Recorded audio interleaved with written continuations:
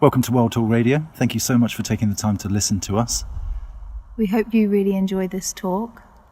And we wanted to say thank you before you listen to this talk to our Patreon member, our first Patreon member. Our very first. So thank you so much. You know you are. Much appreciated your support. And yes, enjoy this talk with Sal. You'll have to excuse the sound quality. We did try and move the chickens away, but they really were keen to hear what we were saying. So enjoy the chickens in the background and the bird song. I think it adds a certain raw quality to it all. Yeah, and here's to better sound equipment. Yes, please. Please join our Patreon page and that will enable us to upgrade somewhat. So enjoy the talk.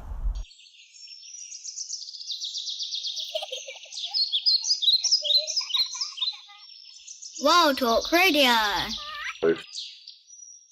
So we find ourselves here today after a beautiful sweat lodge last night with Sal, Kira, Feathers, who have travelled far to be at fine Clophill, and we thought we'd sit round together and have a conversation. Kim, you had a really, really beautiful opening question, I believe. Yeah, I really wanted to ask you guys if we could talk about the 7 laws of nature, and if we could speak, a bit deeper about what those are. Sure. So, oftentimes it's referred to as the attributes of connection, or the 7 sacred attributes. This is actually from a Lakota tradition, and it comes from the lineage that I learned from. And the person that actually explained this was this man, Gilbert Walking Bull. And he had learned this from his grandfathers, who are the same grandfathers and grandmothers of my teacher, Godfrey Chips. Right? So the Lakota word for this is the Wokpe Shako Wakan. Right? Well, that's the words. It's not just one. Wokpe Shako Wakan. And the Wokpe Shako Wakan can be translated into the 7 laws of nature that manifested within the human being. So, but that's one way. There's many ways, because Lakota is like this. It's a really, it's a sacred language, so it can mean a lot of different things. It depends on how you look at it. So one of the ways it's been translated as well is the attributes of connection, or you could even say the behaviors of a person that's in connectivity.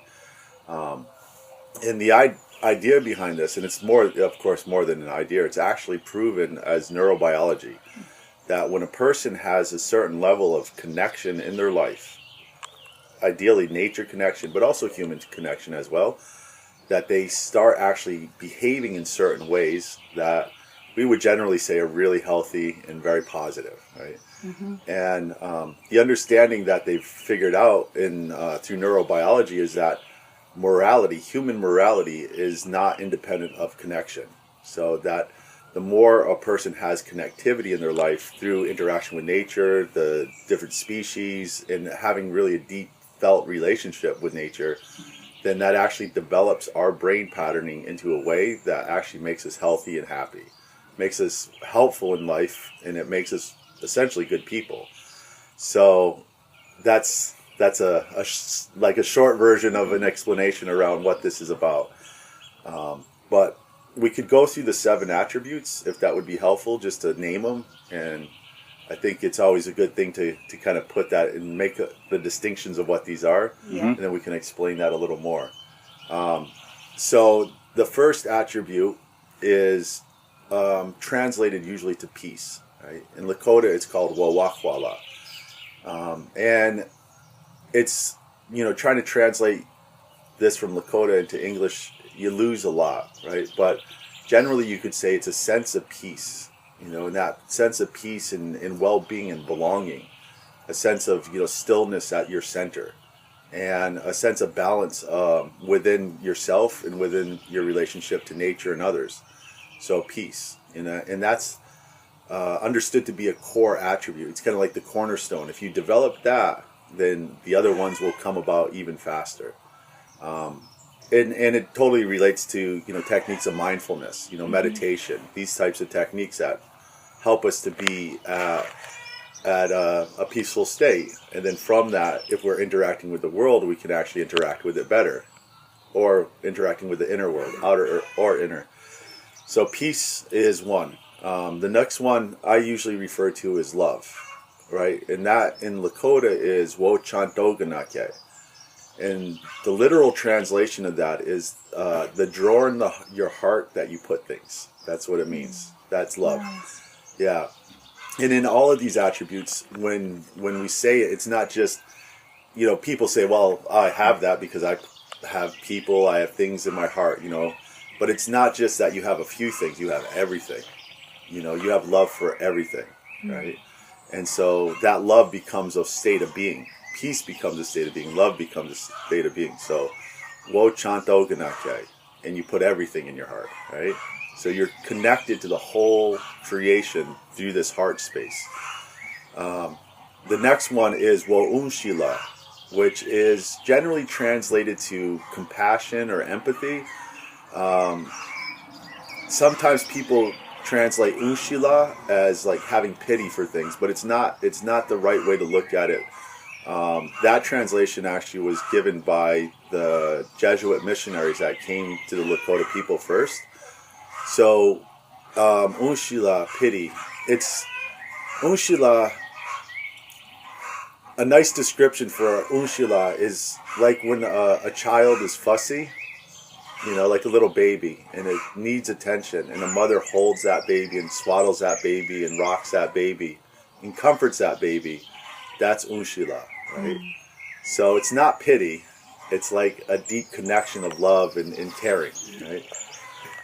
So wo unshila is that you have this sense for the creation, for others, for yourself, right? So we'll call it compassion, we'll call it empathy. It doesn't quite translate. So that's wo unshila. The next one, we could say wo blihecha, which means vitality. Like there's a vitality in you, that you are responsive to the needs of what's going on, and that you have the energy to actually do that, right? So it's kind of like your energy capacity is high.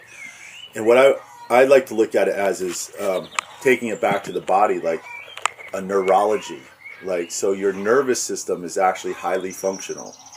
And in my exploration of this, I found that a lot of people's nervous systems are really overwhelmed because of the lives we live, the stresses, everything from the cars racing by us that kind of like jar us, that we just subconsciously kind of numb out.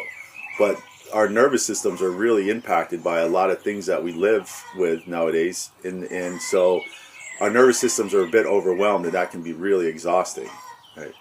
And so having this attribute of wo blihecha is like your nervous system is really alive and it's really responsive, and that it's not all junked up with all the pressures and stresses that we have in life. So nature, of course, will give that to you.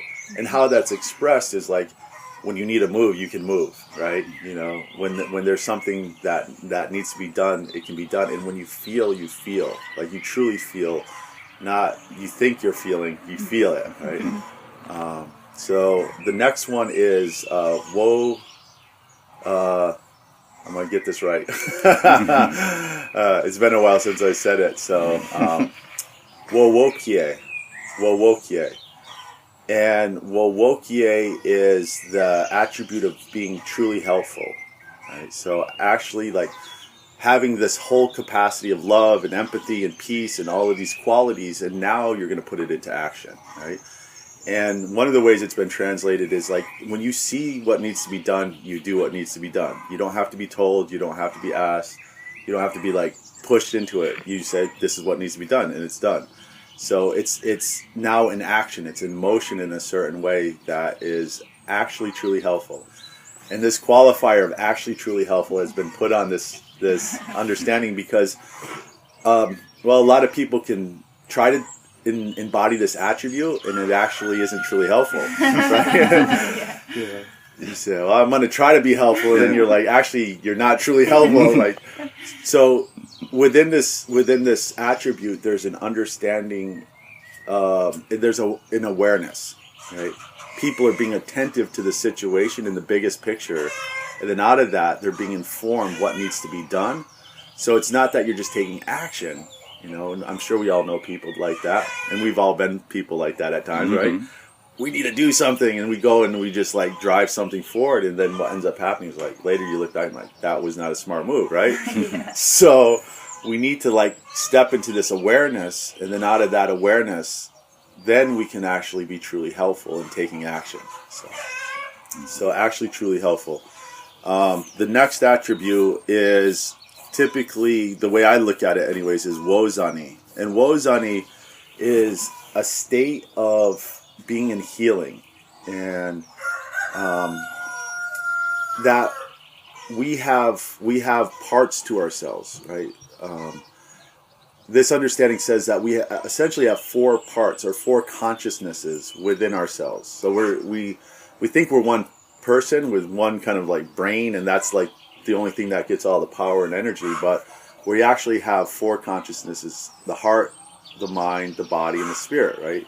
And these 4 consciousnesses need to be in kind of equal balance in relationship to like decision making and awarenesses and all of it, so that one thing is not dominating, one part of us is not dominating the other parts, right? And parts of life, we really need to be utilizing our heart space versus our mind space. Parts of life, we need to be using our spirit versus our head space. And parts of life, we need to be working with the bodies and the awarenesses of our bodies versus our head space, right? Mm-hmm. And where people tend to get in trouble in life, from my observation, is that people are trained to use their minds over everything else in kind of a linear pattern, and that creates a lot of difficulty because we're not actually in balance with these 4 parts, and that sets everything that we do out of balance, right? Mm-hmm. Or many things that we do. So the other part of that is that we are actually in a progress or a progression of developing all of those 4 parts continuously. And that's why it's not health as in like, okay, well, now I'm all balanced and it's all set and that's great and I've succeeded, right? There's no such thing as that. It's not like a finish line. The race never stops, right? The development, the growth never stops. And that we constantly look at ourselves and see where we're in balance or where we're out of balance, right? And we're constantly looking to grow and develop and strengthen that, which again also ties to all the other attributes: growing love, growing empathy, growing peace, growing vitality, growing healthfulness. So that's wozani. And then the 7th attribute is woyushni. And woyushni is usually translated to happiness. And I'd like to think of it more like you're really delighting in life. Like every moment is recognized to be very special. And that, what does this for me anyways is that I recognize we're only given so much time in life. We have an experience and there's a limit to the days of our lives, right? And that if we really recognize the uniqueness of every single moment, there's a feeling that goes with that. And I like to think of it like awe, Like if you really step into that in the fullest expression, it's like every moment is full of awe, right? Gratitude could also be a part of that as well. And happiness is truly part of it as well. As, if you think about it from this perspective, is like what causes unhappiness in life? And it's really simple actually, what causes people to be unhappy. Unhappiness is when we are experiencing things that we don't actually align with. Like we have expectations of what it's supposed to be, and then it's not what we expect, and then we get unhappy because of that.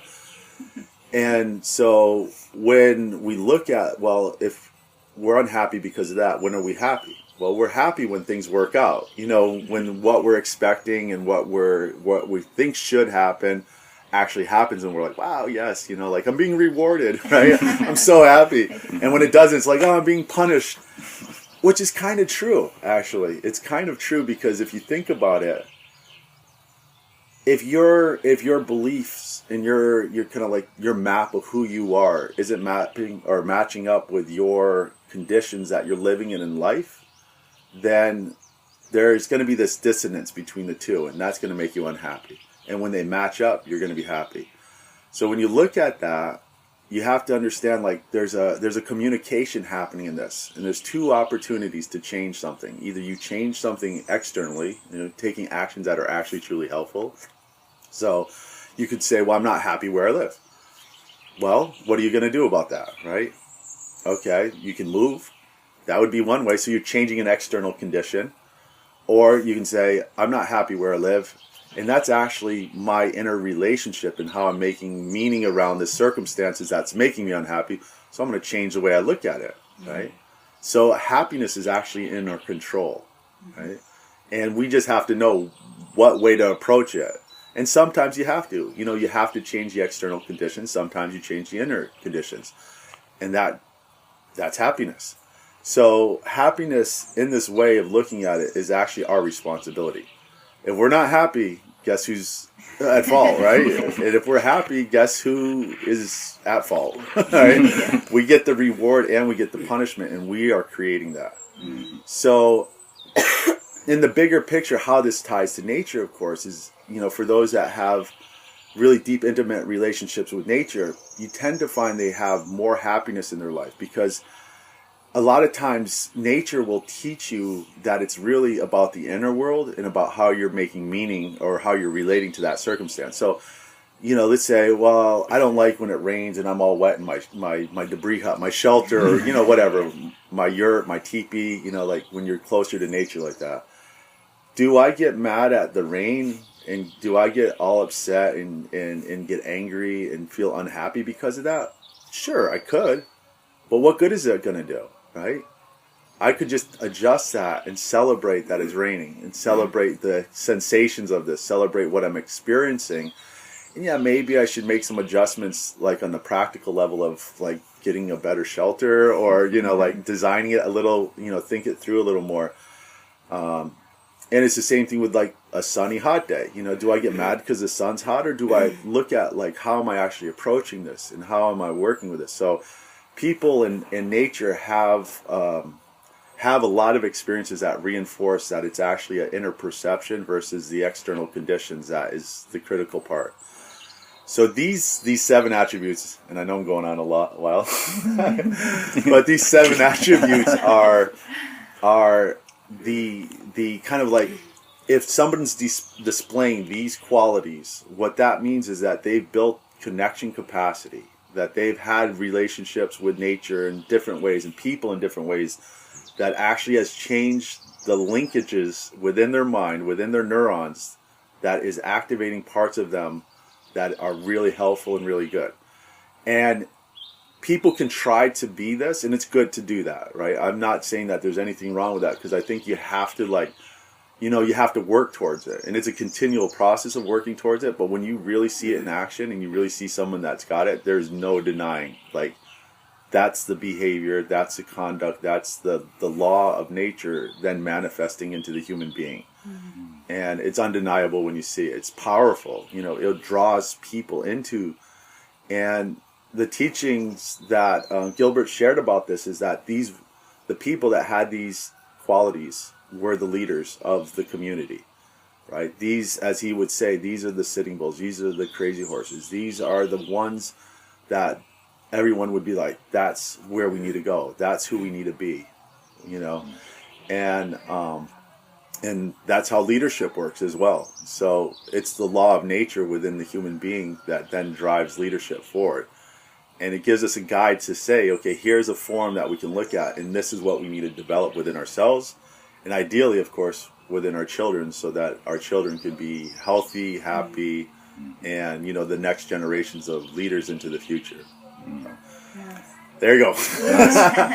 Well, that kind of nicely segues into a question I had.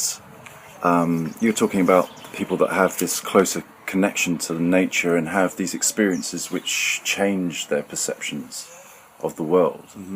And I wondered if you had or would like to share such an experience for you, of something that you've experienced in nature that has truly shifted you. And I wanted to ask everybody this question. Yeah, let's start with Feathers on that. Yeah, definitely. And it can be multiple.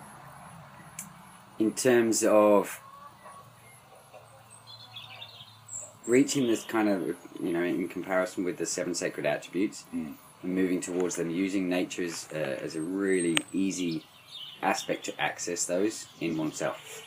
And so there have been times when I've gone outside because I'm really upset and I need to process some stuff, or somebody hit me and I've had a bad conversation with somebody, and I'm going out into nature and I just sit. And what I find is that there are the magic or miracles happening every moment all around me if I just have the time and space to sit and watch it. And the miracles are actually just really, really simple. It's life. That life is happening right there, and it's miraculous that it exists. And, you know, one of my favourite moments is I just had an argument with somebody, and I'd gone outside, and I sat in this garden, and it was right in the middle of like a town, big town. And in that garden was this spider's web, and I could feel all the emotional stuff of what was happening inside. And it seemed to just completely dissipate as I absorbed myself into watching this huge garden spider's web. And right in the middle was a garden spider. And she walked along one of the strands, and I watched her movement. She came down, crossed one of the strands that was holding the web up, and she spun a web, dropped down, and she turned herself upside down and had a poo. And I've never seen a spider take a poo, and it was like half the size of a grain of rice. And all of my inner reality shifted, and I was so excited and delighted about that this life was happening right here and right now, and that's a miracle to be, not see a spider take a poo, but that it was happening. You know, life was happening all the time around me, and that I wasn't suddenly locked into this world, which was my small inner reality, that I could then expand out into this, you know, massive possibilities of what life could be, and it's right there every day. And that if I can take the time every day when I'm, not only when I'm upset or when I'm hurt, but when I'm happy too, is to go out and just see the miracles in nature every moment of every day. I mean, it's everywhere. And remembering that, and that, you know, kind of brings out that aspect of the delight of life itself. And that I know that that's there always. And just to remember that, to lock in, not only into my mind, but then into my whole being and experience life. So that's one of the ways I would, go out into nature. But it's happening everywhere. It's happening with human beings. It can be a smile, it can be a look in the eyes, it can be just a tap on the shoulder. Again, those moments of reality of life. What was the question again? Trying to link it all back. An experience in nature that has shifted your... Sure.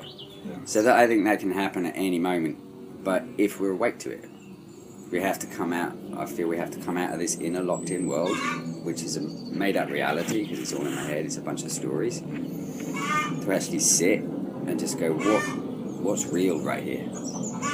And it's something normally external that can allow me to shift my internal world to see something in nature or in human beings that allows that to crack open and dissolve into a non-reality. The stories go away and I'm just seeing what happens, and that really lifts me up. Nice. I can share the experience of seeing a spider poo. Oh really? Yeah, I was There's working... another one in the No. I'm working at my desk, and then from the ceiling this spider comes all the way down on a single strand, stops just about there, flips, does the poo on my desk, and then just goes all the way back up. Exactly. So wow, is what I'm working on worth it? Food on your work, right? Yeah, Yeah, that's great. Another person in the world. yeah.